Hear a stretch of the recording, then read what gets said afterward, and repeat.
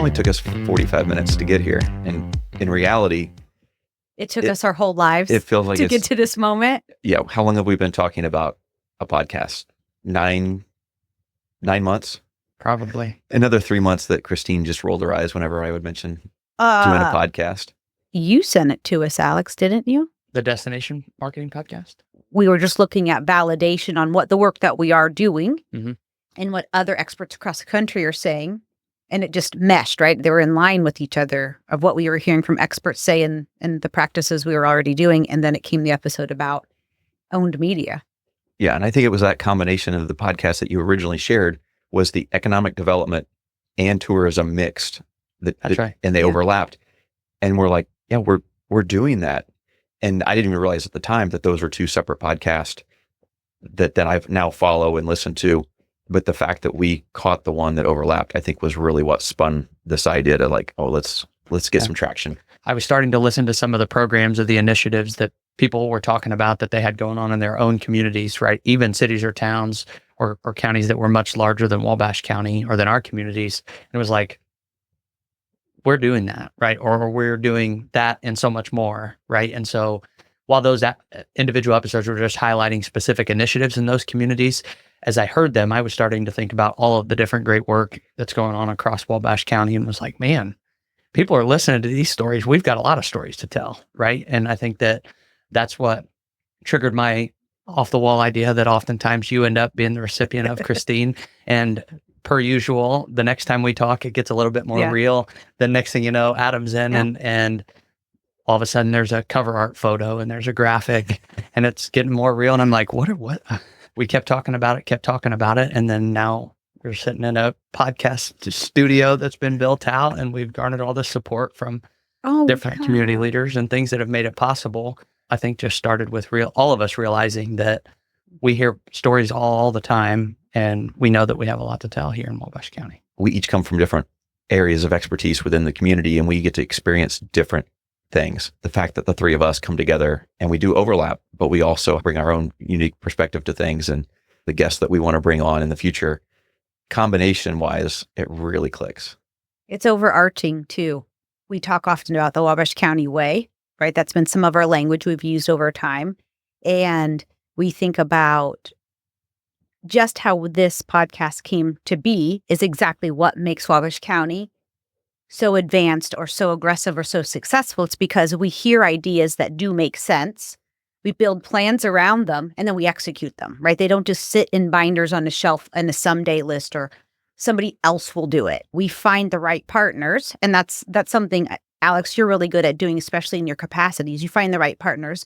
And oftentimes it is people like Adam and I that walk along and become partners, right? That's what happens in Wabash County itself is you find projects, you find innovation, and the people here lean into that work because it takes work. I mean, it took us a lot of hours and time in our already busy lives, right? Full lives to bring this to fruition. That is the Wabash County way. That is just how we do things. We do them. Yeah. Right. No, that's right. And I think we all think we have the best idea, the latest and greatest thing. However, I think a lot of it is just hearing what other places are doing really well and making it our own. Largest part of that is the people piece, how we're going to tweak or tailor a new initiative or a project or a program to fit Wabash County is significantly different than even a community that is our size, right? It's going to look differently here, especially the human element to it because of the different leaders that we have in this community. We just jumped right into this, but I think from the listener's perspective, they want to know who we are. And then a little bit of why we're doing this. Alex, you want to tell a little bit about yourself, how you ended up in Wabash and what you're doing kind of day to day? Yeah, absolutely. I grew up in Indianapolis, Indiana.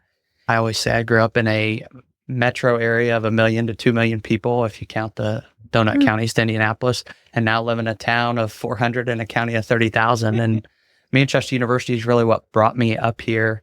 I had an unbelievable 4-year experience at Manchester, academically and athletically, playing football at Manchester, but really fell in love with the community and was exposed to a lot of different things, whether it be from internships or just how integrated Manchester University continues to become in Wabash County and in the town of North Manchester, that I fell in love with the small town lifestyle and rural Indiana and specifically Wabash County, and knew I wasn't going back to Indianapolis growing up there, never felt the connection to community like I did even when I was a student, and have felt more and more every single day, validating the decision to stay here.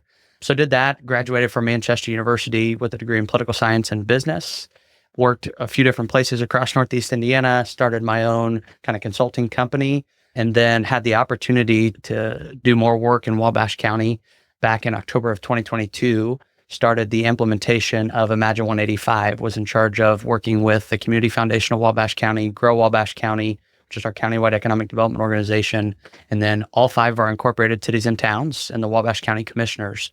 They all adopted a 2-year planning process that was all geared around what are the investments we can make as a community, not just units of government, not just our community support organizations and nonprofit network, but the private sector, to really change the game for Wabash County and reverse 4 consecutive decades of population decline. I hope that we can really put an entire episode to the work that you did with Imagine 185, even before you got started with the program. Unfortunately, it got hit by COVID, right? I mean, I remember going to those first meetings when we were meeting at the Honeywell Center and really getting the community to step in with their ideas, from high school students all the way up to senior citizens. Everybody's voice was wanted. And there's so much information that you can share specifically about what the plan says, what's been taken, steps have been taken in the last couple of years, and then what the next couple of years also look like. So I hope we get to do a deep dive at some point into the Imagine 185. Yeah, absolutely. And that's the coolest part about it. It's not just about one person or one community or the plan itself, right? But it's really a culmination of and a spirit that exists in Wabash County, which I know we'll all talk a lot about and spend a lot of time on, but just a spirit for wanting better for the future of our community, right? A better place for our kids to grow up, grandkids to grow up and move back to, all of those things. What I enjoyed the most about Imagine 185 is that spirit that exists in this community, then kind of that rallying cry that Imagine 185 has been, again, for our nonprofits, the private sector, philanthropy, and our local units of government. But did that for almost 3 years, and then recently had the opportunity to take a new position as president and CEO of the Community Foundation of Wabash County, which is an organization that has been involved in a variety of community leadership roles over the last several years, most recently with Imagine 185 and being one of those key partners that brought everybody around the table. I know we'll spend some time talking, I'm sure, through the podcast just about all the work that the Community Foundation does and how they oftentimes say, if you've seen one community foundation, you've seen one community foundation, right? Because all of them generally have the same purpose within communities, but it looks a little bit differently. So that's what I'm doing now. Whoa. Right. How do you follow that? I mean, I'd have to start way young just to get as much accomplishments in as Alex did. So you should go next. I should go next? Yeah. Because you're a transplant too. I also am a transplant, but I just realized today that I've spent nearly half of my life in Wabash County. So I've been here for about 21 years. Grew up in Terre Haute, mostly in rural community outside of downtown area. Went to college in Indiana State, the hometown school, and then moved to Indianapolis.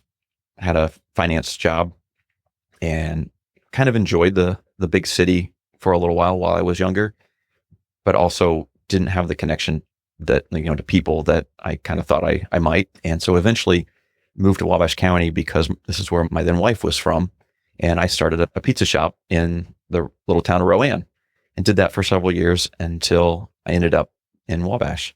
So I currently work for a local multi-generational family-run business in sales and enjoy what I do. Wouldn't call it my passion, but it's a great local company. And what it allows me to do is to pour myself into the other passions that I've found in my life, which are outdoor adventure and also volunteering with local organizations, including Visit Wabash County. My journey, I don't know if you guys know this, but I was actually born in Ohio. So my life was definitely much more adventurous in the fact that I lived in Bloomington for a while. I lived in Muncie for a while. Actually never finished college. I really didn't. Work ethic, I've always had. I got that from my mother. And I enjoyed the exposure of learning from everywhere that I worked, how to be better, be stronger, innovative ways to streamline things. I'm very efficient. I would say that that's one of my key talents is efficiency, planning and organizing. And so essentially... No. She writes one heck of an SOP. I can make a plan and then make sure it's followed. So grew up in Wabash from the age of 8, went off to college for a while, went to Ball State University, Had a really good time. I enjoyed myself. Muncie's a really fun place. Then I decided I'd move to Bloomington. The move to Bloomington was down there for about a year, and my mom got sick. And so I moved back to Wabash to help with things. And that's when life got real for me.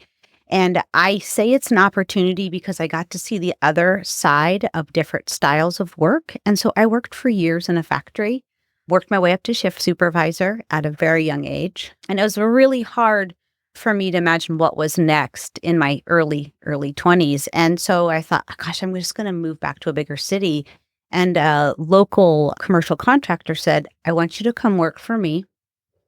And I want you to be my project manager.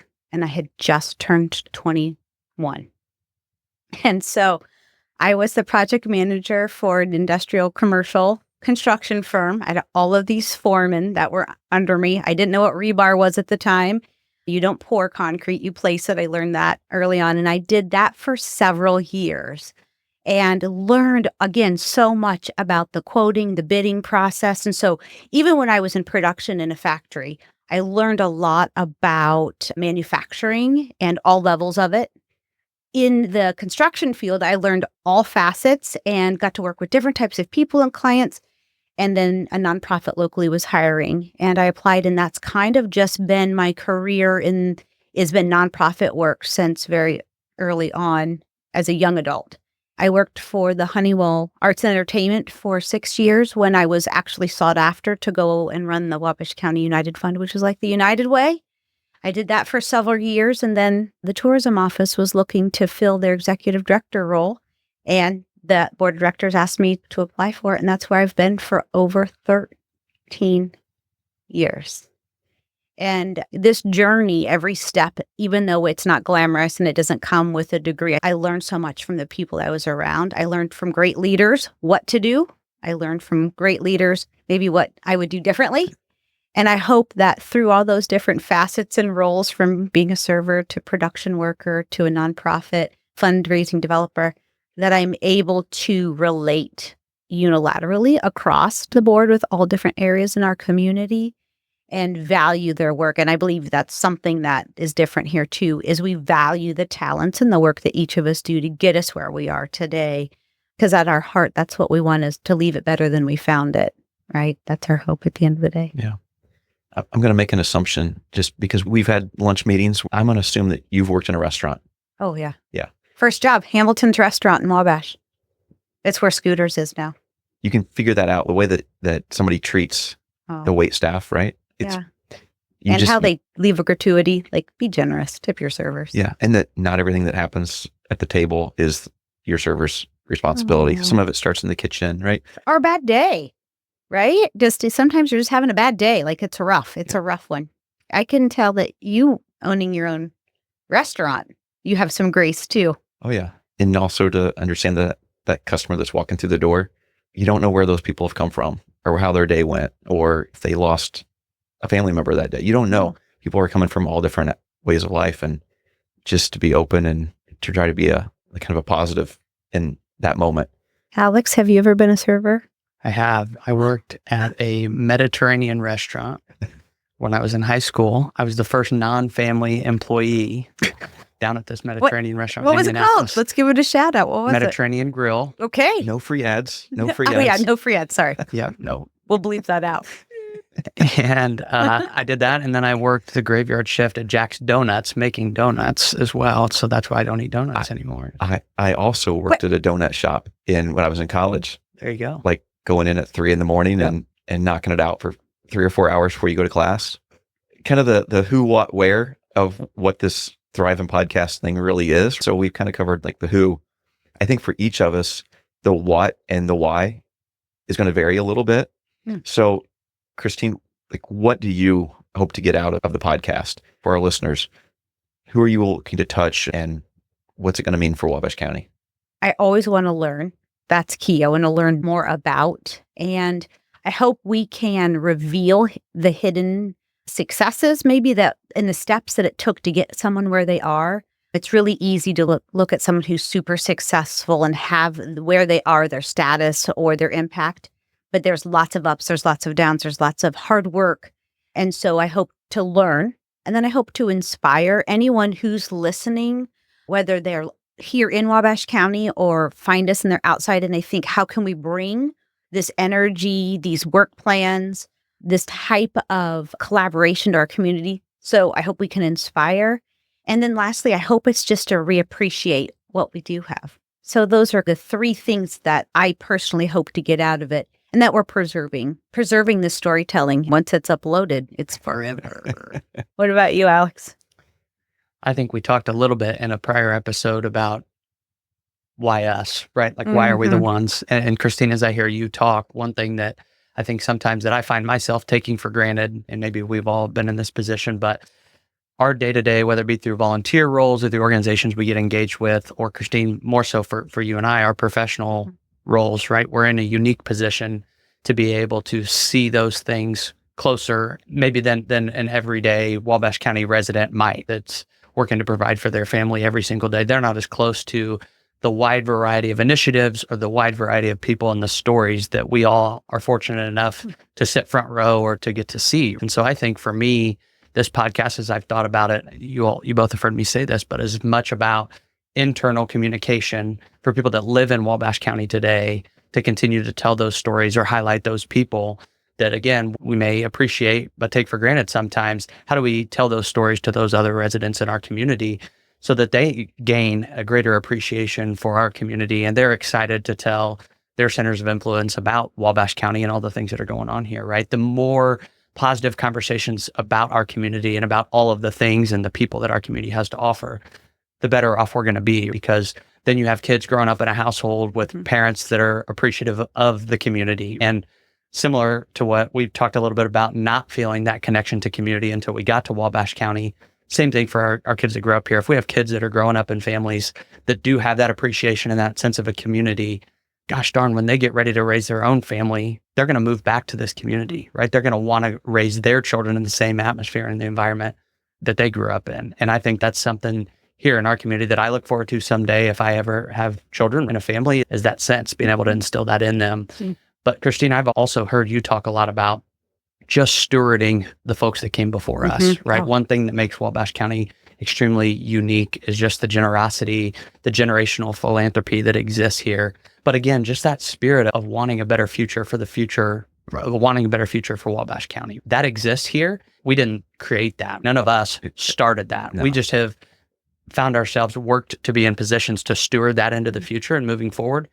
And we're so fortunate to be able to do that, right? But highlighting those stories that created the strong foundation that we're building upon. So all the initiatives that we talk about and some of the people that we get to highlight are only possible because of the people that came before us. And so just to use this as a platform to tell those stories, build on that appreciation for those people that now we're in the spots to steward moving forward. Yeah. How long have we been talking? About 20 minutes. Oh.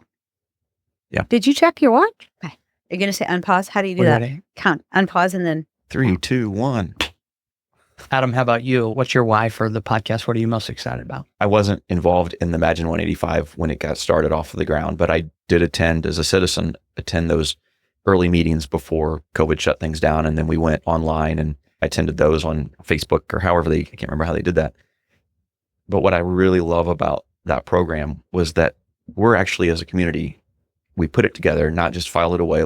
I hear Christine say as a plan that we put on a shelf somewhere, but we have complete buy-in from all of our local communities, Rowan, LaFountain, LaGros, Manchester. The schools are involved, local employers are involved. And the information wasn't just written up by a couple people that didn't know our community. It was written truly by our citizens. We had outside help to figure out how to organize that. But I feel like we have all of these different components, employment, we have housing, we have even taxation falls into that. Our school corporations, all of that is a fabric that makes a community. And no matter how hard one entity may be working, if we're not all moving in the same direction, then it's just chaos. And so I'm looking forward to this podcast as being one more level and layer of being able to communicate those efforts so that somebody that says, I can't believe we brought this employer in, or we didn't bring this employer in, or why are we doing this with our education system, maybe then starts to see how it all fits together. It's not just that one component. I love when people are super passionate about that one thing, but you also then have to be able to step back and say, okay, I see how this all fits together. This trail development, that's something I'm interested in, telling the story of a local person who saw a vision, invested their hard-earned money into trail development. And how does that play into the growth of Wabash County? So and that's a great example of, even just trail development is a great example of the highs and the lows of a community having hard conversations, facing concerns. And so even though it was tough to get the trail pieces complete, and when I say tough, it just took a lot of information, a lot of communication. That's just another great example of success in the fact that trail development is something that you're passionate about, but how does that impact positively someone who's not? Right. And that is a really great topic for us to cover in the future. Yeah. And one of the things that came out of that, which I really appreciated, was the community involvement. I took my boys were probably 8 and 12, and we attended those open community discussion sessions because I want them to see what that's like and how the public really gets to participate in those kind of decisions. And we would get back in the car and they would argue about one point or the other, or I can't believe so-and-so thinks this. Well, those are all built off of our experiences that we've had in life. Yeah. And none of us are the same. And so I could be that counter and say, what if that person, this is why they said that. And so that's what I'm looking forward to, is being able to share this message of all kinds of different topics. Like what you're going to talk about, Alex, is going to be way different than what I'm going to talk about, or with Christine, but they all fit together as this fabric and what's moving this county along, and hopefully in the end, changing the population. That's right. And it takes everybody. It truly does take the entire community to be able to move the needle. If we just, as this podcast will highlight, the variety of topics, the variety of guests, and that's not scratching the surface with the amount of people that it takes to move the needle for our community, or to execute on some of the initiatives we'll talk about. All the little things to the big things, right? This podcast won't even allow us the opportunity to scratch the surface of truly the spirit, highlighting the spirit that exists in this community of everybody working together. 6 to 9 months ago, when we first came up with it, I felt like the momentum was building, and we were pushing Christine towards being open to a podcast. One of the things I did one night when I was out for a walk was I started a list on my phone of different topics and people because I thought, okay, if we started a podcast, who are we going to interview? What topics? Does this last 6 months or does it last a year? And within a 30, 45-minute walk, I have a list that covers 2 years worth of topics. Yeah. You know that there's so many more out there. And so, yeah. So spoiler alert, season 2's coming. Season 2 will come. Yeah. So I think the layout for our podcast plan is for each of us to take turns dropping individual episodes with areas of focus, correct? So I'm going to focus on marketing, tourism, community collaboration. That's types of guests that I have on the podcast. Alex, you're focusing on economic community development, other community leadership initiatives going on in the community. Yeah. Kind of a bigger picture, but then you'll get in the weeds into some very specific topics, I'm sure. Yep. So I'm looking forward to hearing that. Yeah, and your health, wellness. Yeah. Health, wellness, outdoor adventure. I want to bring in, so many people don't take advantage of the reservoirs that we have right here in our own backyard. So to bring in people from the DNR and share activities they have going on in there, or trails, camping opportunities, but also talk about the big events that we have in our community, like Dam to Dam and Run the River. And then our listeners can get super excited, because then once a month, all three of us will get together and we'll either recap maybe some highlights from things we've learned, or we might invite guests that the three of us would like to have a conversation with, or are in a role that it makes more sense for the three of us to interview that guest at one time instead of individual interviews. So we hope then we are dropping a podcast every week. Every Tuesday. Eternally, it sounds like. If we run out of our list, Alex, I feel like Adam has backup. That's right. I don't think it's possible for us to run out of something, because there's always something new happening or developing or advancing. That's one thing too. I want to make sure that the listeners know is that obviously we're going to highlight the positive things that are going on in our community, but I don't think the plan is by any means to shy away from the challenging pieces too, right? I know we've talked a lot about the collaboration with Imagine 185. And that doesn't mean that obviously all of our community members agree on everything. We have recently even experienced some tough issues and some tough challenges in the county, whether it be renewable energy, whether it be schools, all of those things. And I don't think any of us are going to want to shy away from those conversations or not have those discussions. That's the beauty of Wabash County, is that we do have these hot button issues that people don't agree on, but that we can have those conversations, hopefully using this platform respectfully and to show both sides of an issue. And one thing that I often find is, even with Imagine 185, there were residents in Wabash County that thought it was about one thing, right? And that was the sole charge of Imagine 185. But really, when you sit down and talk to residents about it, they may not agree with all of the nuts and bolts or the different initiatives that are included. Of course not, right? It's never going to be that way. However, the one thing that is that thing that we can all get behind is that it's not just about attracting new people to the county. It's what's most important is creating a place that people are proud to be from, proud to come home to, that our kids remember growing up here and that they move back. And so that our residents have their kids and grandkids that are choosing to move back to Wabash County. If we don't get that piece right, we're not going to get the population attraction side right, where others are moving here to join us, right? To other transplants. And so that's the one thing that I don't know. And since I've started with the Imagine 185 as a citizen, attending the same workshops you did, Adam, through the implementation work, and now in my role in the Community Foundation, I'm not sure anybody's argued that point of wanting their family to be closer to them because we've created opportunities for them here in the community. That's right. We've got a lot to cover over the next 80 years. I don't know that I have 80 years left in me. No. And I'm going to let you speak for yourself. I'm not going to have those hard conversations. I'm going to let you have all those. I'm just going to be a cheerleader over here in the corner. Rainbows and glitter for you. Rainbows and glitter for you. It is true, though. We do have to face our wins and our failures. And then we can also address when it is hard and it's challenging, and that willingness to, it's really easy to walk the walk when it's easy and there's no obstacles in your way, but to stay and persevere and find a way around those obstacles, through those obstacles with others, through education, communication, and understanding the challenges. If we don't face the challenges, they don't go away. They just either grow or start to deteriorate the fabric of something else that we've built. And so facing those challenges will be great for us to handle and do together and share with others who may have questions. And I know it's been on our hearts too, that anything that we have done along this path of growth and whatever role we've played in Wabash County, and it's changed for each of us over the years and grown stronger, we want to make sure that people know they can reach out to us. I think all three of us are super aware that we got here by the grace and support of something else, someone else who's given us tips, instructions. We aren't reinventing the wheel all the time. We might be realigning it how it works in our community. So if anyone listening has questions, wants us to come and share what we've learned and experienced, to reach out, we do have our own email. It's thrivepod@destinationwabashcounty.com. That'll be in our show notes. And we want to make sure that all communities feel super secure, and or individuals that live here, if they have follow-up to us. Again, like you said earlier, Alex, sometimes it's just misunderstanding.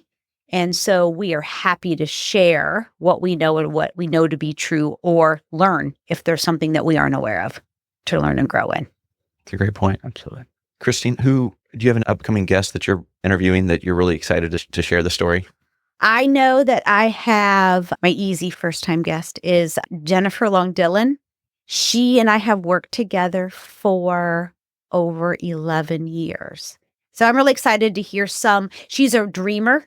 She thinks big. She comes up with great ideas on ways to highlight our community through her role as tourism manager at Visit Wabash County. So I'm really excited to have her on and talk about an upcoming event that she curated and designed that has really impacted Wabash County. Yeah. Jennifer is kind of the behind the scenes, puts on a lot of big events in the county for Visit Wabash County. And not to give too much information away, but she also, basically handles the trolley, any activity that happens on the trolley. Yeah. She also just got a horse. I can't wait to hear all about that. Yeah. Flash. Yeah. So that's for me who I have coming. I mean, it is really hard to pick who's next, but I want to have someone that's going to go easy on me my first couple of new episodes. And I'm going to bring in the Cordises, Jared and Erica Cordis, husband and wife team that has Cordis Berry Farm, along with their kids out near Rowan, and tell their story of how they transitioned from traditional farming, which Jared's family's been in for years, and how now they kind of do more specialty crops, and including blackberries and strawberries, and what that's meant to the community and how they've really stepped into that role. I'm really excited about that. You two are both planners and much more prepared than I probably am for my guests. But like Adam, I have just been thinking through the type of guests that we can have on this podcast, and the list goes on as I just think about the people and the stories that we have here in our community. But Wabash County was recently the recipient of the Stellar Pathways Program designation through the state of Indiana and the Office of Community and Rural Affairs. We applied for that. We received about $7 million in grant funding for 14 different projects or programs. And so there's a couple of those projects that our community will begin to see come out of the ground here in the next few years. And so the leaders of those organizations and the stories that they have are really the unique piece of why it's so cool to see this grant funding finally get these projects that they've talked about in some cases for decades, years and years, if not decades, and continue to volunteer or pour their lives into, that now this grant makes possible. And so as people see the buildings come up and there'll be nice, new, shiny new facilities, I'm excited to be able to highlight those individual stories of how those organizations started in some cases, or how they've stewarded those organizations to bring them to the point to where now they'll get to see this dream come to fruition for their stakeholders. Yeah, really exciting for the future of the whole county. Welcome to the ThriveIN Wabash County Podcast. Enjoy the ride. Enjoy how we showcase the hard work, the who, what, the why, and the how of the Wabash County way. I keep going back to that. And always, always, always special thanks to the City of Wabash, the Gilman Investment Fund, the Sandra Kunkel Trust, the Community Foundation of Wabash County, Paperworks Industries, Visit Wabash County for supporting the work of this podcast, which is produced in partnership with Destination Wabash County. We couldn't do it without all those amazing organizations and people. So thank you. Thank you. I think we did it. Do you say over and out? Until next time. Well, we have to keep on thriving. Don't do that. Don't use that. Hey, Alex, do you know why Christine brought a ladder tonight? What? Why? Because she heard that the reviews were through the roof.